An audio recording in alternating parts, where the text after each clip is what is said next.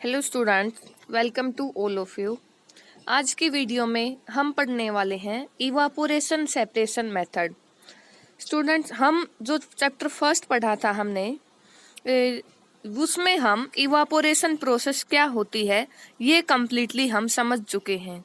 और अब evaporation process की हेल्प से आप मिक्सचर को सेपरेट कैसे करते हो वो सीखेंगे। तो evaporation is the process by which water change from a liquid state to a vapour और गैस स्टेट। इवापोरेशन वो प्रोसेस होती है जिसमें एक जो लिक्विड सब्सटेंस है वो चेंज होता है वेपर्स या गैसीय स्टेट के अंदर, और बिलो इट्स बॉइलिंग पॉइंट जो लिक्विड सब्सटेंस है उसको आप उसके बॉइलिंग पॉइंट से नीचे हीट करते हो। तो ये इवापोरेशन प्रोसेस हम कंप्लीट कर चुके हैं फर्स्ट चैप्टर में। उसके बाद इवापोरेशन सेपरेशन मेथड समझते हैं हम। Evaporation is great for separating a mixture of soluble solid and a solvent. जो इवेपोरेशन प्रोसेस है वो जो मिक्सचर है एक सॉलिड और लिक्विड सॉल्वेंट, एक सॉलिड जो सोल्यूबल सॉलिड होगा उस लिक्विड के अंदर, उस मिक्सचर को सेपरेट करने के लिए यूज किए जाती है। The process involve heating the solution until the solvent evaporate turns into gas. जो प्रोसेस है उसको उसमें आप सॉल्यूशन को हीट करते जाओगे जब तक जो सॉल्वेंट आपका है मिक्सचर के अंदर वो इवेपोरेट ना हो जाए, जो कि वेपर्स में ना बदल जाए, तब तक आप उसको हीट करते रहोगे। और living behind the solid residue, और पीछे आपका क्या रह जाएगा, सॉलिड जो सब्सटेंस बचेगा उसको क्या बोलेंगे, रेजिड्यू। इवेपोरेशन प्रोसेस से हम सॉल्ट और वाटर के मिक्सचर को सेपरेट कर सकते हैं। तो इसका कंप्लीट मेथड देखने वाले हैं हम, कैसे सेपरेट करेंगे। इवापोरेशन प्रोसेस कहाँ यूज हुई। Evaporation is use to separate sodium chloride from a mixture of sodium chloride in water. Sodium chloride जो कि सोल्यूबल सब्सटेंस है वाटर के अंदर, तो इन दोनों का मिक्सचर है उसको सेपरेट करने के लिए इवापोरेशन प्रोसेस यूज की जाती है। तो क्या करते हैं इसमें, when the mixture of sodium chloride and water is heated, जब सोडियम क्लोराइड और वाटर के मिक्सचर को हीट किया जाता है तो particles term from a liquid to a gas. जो लिक्विड पार्टिकल्स है वाटर के पार्टिकल्स वो किस में बदल जाएंगे, गैसेस के अंदर। And then escape from the beaker, और वो बीकर से चले जाते हैं। Sodium chloride is left behind the evaporating dish. जो चाइना डिश ली गई है सोडियम क्लोराइड वहां पे पीछे बच जाता है एज ए रेजिड्यू। जो सब्सटेंस पीछे बच जाता है उसको क्या बोलते हैं, रेजिड्यू। तो इसका हम कंप्लीट एक्सपेरिमेंटल सेटअप देखने वाले हैं। हम क्या करते हैं, सबसे पहले इसके अंदर जो एक ट्राइपॉड स्टैंड लिया जाता है, सबसे पहले ट्राइपॉड स्टैंड लिया गया, उसके बाद उस ट्राइपॉड स्टैंड के ऊपर वायर गाज लगाई जाती है। वायर गाज के ऊपर बीकर रखा गया है, और बीकर के ऊपर जो हमारा फिगर में दिख रहा है चाइना डिश रखी गई है इस बीकर के ऊपर, इसको क्या बोलते हैं, चाइना डिश।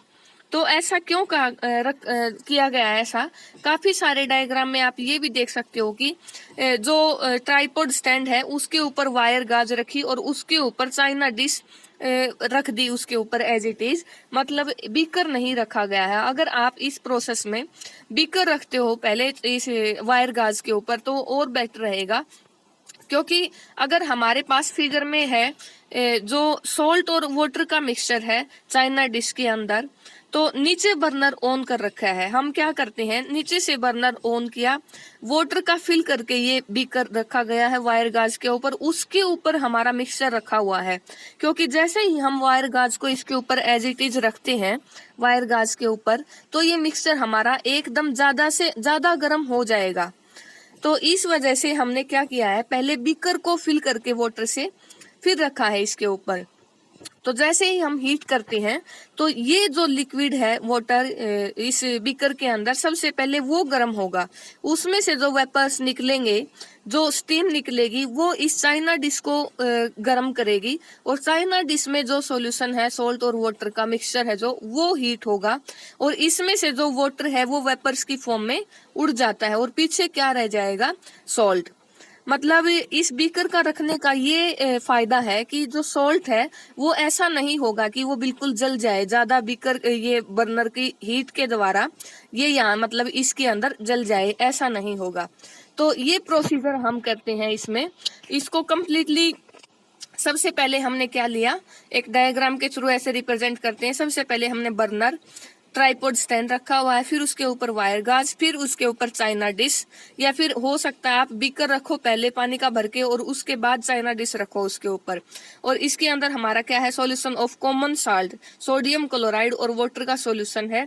तो वाटर क्या होगा, जैसे ही आप बर्नर ऑन करोगे वाटर किसकी फॉर्म में चला जाएगा, वेपर्स या गैसेस की फॉर्म में, और पीछे क्या रह जाएगा हमारा, common salt is left behind as a, क्या बोलेंगे इसको, रेजिड्यू बोलते हैं, जो पीछे रह जाएगा। तो separation of common salt dissolving in water bye evaporation process.